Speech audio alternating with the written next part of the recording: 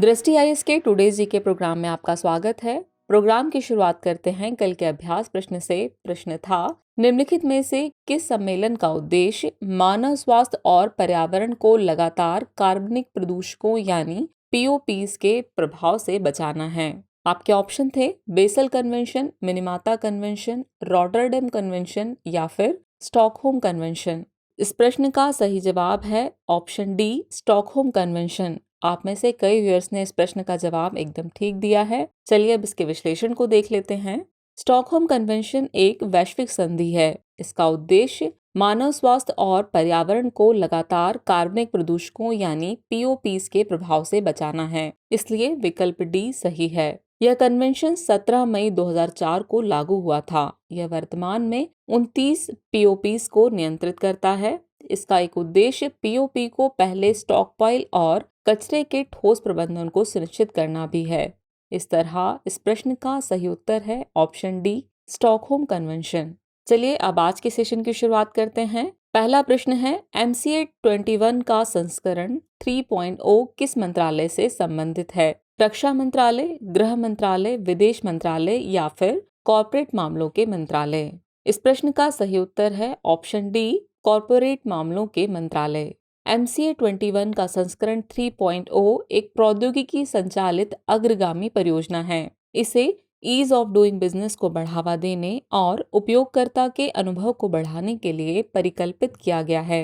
नियामक फाइलिंग में न्यूनतम व्यवधान सुनिश्चित करने के लिए MCA 21 संस्करण 3.0 रोल आउट की योजना बनाई गई है। यह कॉर्पोरेट मामलों के मंत्रालय से संबद्ध है, इसीलिए विकल्प डी सही है। तो इस तरह इस प्रश्न का सही उत्तर है विकल्प डी, कॉर्पोरेट मामलों के मंत्रालय। अगला प्रश्न है, resource efficiency and circular economy in mineral and metal sectors पर अंतर्राष्ट्रीय सम्मेलन कहाँ आयोजित किया जा रहा है? नई दिल्ली, लखनऊ, रांची या फिर रायपुर? इस प्रश्न का सही उत्तर है ऑप्शन ए, नई दिल्ली। भारतीय धातु संस्थान 25 से 27 अगस्त तक प्रगति मैदान नई दिल्ली में अंतर्राष्ट्रीय सम्मेलन और प्रदर्शनी के 13वें संस्करण का आयोजन कर रहा है, इसलिए विकल्प ए सही है। इस वर्ष सम्मेलन की theme resource efficiency and circular economy in mineral and metal sectors है। इसमें देश और विदेश में धातु और खनिज उद्योगों का प्रतिनिधित्व करने वाले कई प्रमुख विशेषज्ञ, वैज्ञानिक और प्रौद्योगिकीविद भाग लेंगे। इसका उद्देश्य प्राकृतिक कच्चे अयस्क के निष्कर्षण पर निर्भरता को कम करना और सर्कुलर अर्थव्यवस्था को बढ़ावा देने के लिए दीर्घकालिक उपायों की पहचान करना है। इस तरह इस प्रश्न का सही उत्तर है ऑप्शन ए, नई दिल्ली। चलिए अगले प्रश्न की ओर रुख करते हैं। प्रश्न है, विश्व जल सप्ताह कब से मनाया जा रहा है? वर्ष 1993, 1980, 1990 या फिर 1991? इस प्रश्न का सही उत्तर है ऑप्शन डी, 1991। इसके विश्लेषण को देखते हैं। हाल ही में स्वच्छ गंगा के राष्ट्रीय मिशन ने स्टॉकहोम विश्व जल सप्ताह 2022 के पहले दिन एक आभासी सत्र का आयोजन किया। विश्व जल सप्ताह वैश्विक जल मुद्दों पर एक प्रमुख सम्मेलन है जो वर्ष 1991 से हर साल आयोजित किया जाता है, इसलिए विकल्प डी सही है। यह सप्ताह कई पेशेवर पृष्ठभूमि और दुनिया के हर कोने से प्रतिभागियों के विविध पहलुओं को आकर्षित करता है। इस वर्ष की theme seeing the unseen the value of water है। इस दौरान विश्व का सबसे प्रतिष्ठित जल पुरस्कार स्टॉकहोम जल पुरस्कार विश्व जल सप्ताह के दौरान एक समारोह में दिया जाता है। इस तरह इस प्रश्न का सही उत्तर है ऑप्शन डी, 1991। अगला प्रश्न है, आर और के चयनात्मक रणनीति किससे संबंधित है? प्रजनन, आर्टिफिशियल इंटेलिजेंस, युद्ध या फिर रोबोटिक्स? इस प्रश्न का सही उत्तर है ऑप्शन ए, प्रजनन। शोधकर्ताओं ने ऑस्ट्रेलिया की आक्रामक खरगोश आबादी के वंश को इंग्लैंड के दक्षिण पश्चिम में वापस खोजने में कामयाबी हासिल की है। ऐसा अनुमान है कि आनुवंशिकी ने यूरोपीय खरगोशों को अपनी संख्या बढ़ाने में मदद की होगी। पारिस्थितिकी में संख्या बढ़ाने के लिए प्रजनन की आर और के चयनात्मक रणनीति होती है, इसलिए विकल्प ए सही है। खरगोश आमतौर पर आर चयनात्मक रणनीति का उपयोग करते हैं, जहां मां साल में कई बार बड़ी संख्या में बच्चों को जन्म देती है। इससे उनकी संख्या बढ़ाने में मदद मिलती है। जबकि अन्य लेगोमॉर्फ्स जैसे हिमालय में टेलिस ड्वेलिंग पिकॉस के चयनात्मक रणनीति अपनाते हैं और साल में 2 या 3 से अधिक बच्चों को जन्म नहीं देते हैं। इस तरह इस प्रश्न का सही उत्तर है ऑप्शन ए, प्रजनन। चलिए अगला प्रश्न देखते हैं। विजय मदन लाल चौधरी और अन्य बनाम भारत संघ का मामला किससे संबंधित है? धन शोधन निवारण अधिनियम यानी पीएमएलए 2002, सहकारी समिति अधिनियम 1912, विदेशी मुद्रा प्रबंधन अधिनियम 1999 या फिर भ्रष्टाचार निवारण अधिनियम 1988। इस प्रश्न का सही उत्तर है ऑप्शन ए, धन शोधन निवारण अधिनियम यानी पीएमएलए 2002। विश्लेषण को देखते हैं। हाल ही में सुप्रीम कोर्ट ने अपने एक फैसले में धन शोधन निवारण अधिनियम 2002 के प्रमुख प्रावधानों को बरकरार रखा। यह फैसला विजय मदन लाल चौधरी और अन्य बनाम भारत संघ मामले में दिया गया था, इसलिए विकल्प ए सही है। सुप्रीम कोर्ट के फैसले ने पीएमएलए की धारा 50 को बरकरार रखा, जो ईडी के अधिकारियों को किसी भी व्यक्ति से शपथ पर बयान दर्ज करने का अधिकार देती है। इसने पीएमएलए के तहत जमानत के प्रावधानों को भी बरकरार रखा। इस तरह इस प्रश्न का सही उत्तर है ऑप्शन ए, धन शोधन निवारण अधिनियम 2002। अगला प्रश्न है, ग्लोबल विंड एनर्जी काउंसिल यानी GWEC का मुख्यालय कहाँ स्थित है? काहिरा, शिकागो, केपटाउन या फिर ब्रुसेल्स? इस प्रश्न का सही उत्तर है ऑप्शन डी, ब्रुसेल्स। हाल ही में जारी एक रिपोर्ट के अनुसार भारत में नई पवन ऊर्जा परियोजनाओं की स्थापना वर्ष 2024 तक चरम पर होगी और संभवतः उसके बाद गिरावट होगी। यह report global wind energy council यानी GWEC और मैक इंटेलिजेंस यानी मैक प्लस द्वारा जारी की गई है। GWEC पवन ऊर्जा उद्योग के लिए एक अंतर्राष्ट्रीय व्यापार संघ है। यह ब्रुसेल्स बेल्जियम में स्थित है, इसलिए विकल्प डी सही है।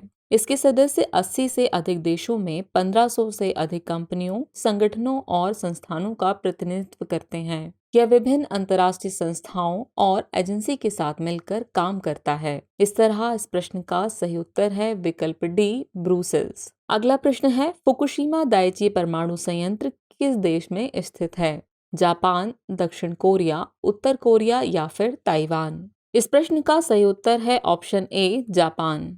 हाल ही में जापानी प्रधानमंत्री ने अपनी सरकार को सुरक्षित और छोटे परमाणु रिएक्टर विकसित करने पर विचार करने का निर्देश दिया। जापान ने वर्ष 2050 तक कार्बन तटस्थता तक पहुंचने का संकल्प लिया है। वर्ष 2011 की फुकुशिमा परमाणु संयंत्र आपदा के बाद जापान में परमाणु विरोधी भावना और सुरक्षा चिंताओं में तेजी से वृद्धि हुई है। मार्च 2011 में फुकुशिमा दाइची परमाणु संयंत्र में 9.0 तीव्रता के भूकंप और सुनामी ने प्रमुख शीतलन कार्यों को रोक दिया था, इसलिए विकल्प ए सही है। तो इस तरह इस प्रश्न का सही उत्तर है ऑप्शन ए, जापान। अगला प्रश्न है, निम्नलिखित में से कौन CSA-6 का सबसे अच्छा वर्णन करता है? एक जीन, अंतरिक्ष कार्यक्रम, वानिकी उपकरण या फिर पर्वतारोहण तकनीक? इस प्रश्न का सही उत्तर है ऑप्शन ए, एक जीन। हाल ही में कैंडिडा अल्बिकन्स नामक कवक यानी फंगस की एक प्रजाति में CSA-6 नामक आनुवंशिक गुणसूत्र यानी जीन की पहचान की गई है, इसलिए विकल्प ए सही है। वैज्ञानिकों का कहना है कि यह जीन कवकी यानी फंगल संक्रमण कैंडिडियोसिस को रोकने की कुंजी बन सकता है। कैंडिडा अल्बिकन्स एड्स जैसी कुछ स्थितियों के तहत रुग्णता और मृत्यु दर की उच्च दर के लिए जिम्मेदार कवकी प्रजाति है। इस तरह इस प्रश्न का सही उत्तर है ऑप्शन ए, एक जीन। अगला प्रश्न है, हाल ही में चर्चित उल्ची फ्रीडम शील्ड क्या है? एक जीन संपादन उपकरण, प्रोटीन, टैमेटो फ्लू के लिए टीका या फिर सैन्य अभ्यास? इस प्रश्न का सही उत्तर है ऑप्शन डी, सैन्य अभ्यास। हाल ही में दक्षिण कोरिया और संयुक्त राज्य अमेरिका ने वर्ष 2017 के बाद से अपना सबसे बड़ा संयुक्त सैन्य अभ्यास शुरू किया है। इस सैन्य अभ्यास को उल्ची फ्रीडम शील्ड नाम दिया गया है, इसलिए विकल्प डी सही है। यह त्रिसेवा अभ्यास है जिसमें हजारों सैनिकों के साथ साथ लाइव फायर अभ्यास भी शामिल हैं। यह संयुक्त सैन्य अभ्यास उत्तर कोरिया के मिसाइल परीक्षणों के खिलाफ तैयारी का परीक्षण करने के लिए किया गया है। इस तरह इस प्रश्न का सही उत्तर है ऑप्शन डी, सैन्य अभ्यास। चलिए अब देखते हैं एपिसोड के लास्ट प्रश्न को। प्रश्न है, विरूपाक्ष मंदिर किस राज्य में स्थित है? तमिलनाडु, केरल, तेलंगाना या फिर कर्नाटक? इस प्रश्न का सही उत्तर है ऑप्शन डी, कर्नाटक। विरूपाक्ष मंदिर मध्य कर्नाटक के हम्पी में 7वीं शताब्दी का शिव मंदिर है, इसलिए विकल्प डी सही है। आपको बता दें कि हम्पी तुंगभद्रा नदी के किनारे पर स्थित यूनेस्को का एक विश्व धरोहर स्थल है। भगवान विरूपाक्ष, जिन्हें पंपपति भी कहा जाता है, विरूपाक्ष मंदिर के मुख्य देवता हैं।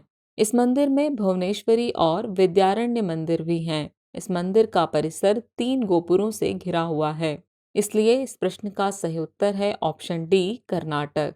चलिए, वक्त हो चला है आज के अभ्यास प्रश्न का। प्रश्न है, नेचर 2030 कार्यक्रम किससे संबंधित है?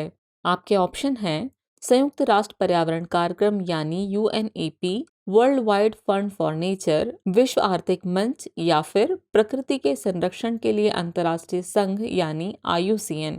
तो व्यूअर्स, इस प्रश्न का जवाब कमेंट बॉक्स में देना न भूलें। जल्द ही मिलेंगे किसी नए टॉपिक के साथ, तब तक के लिए शुक्रिया।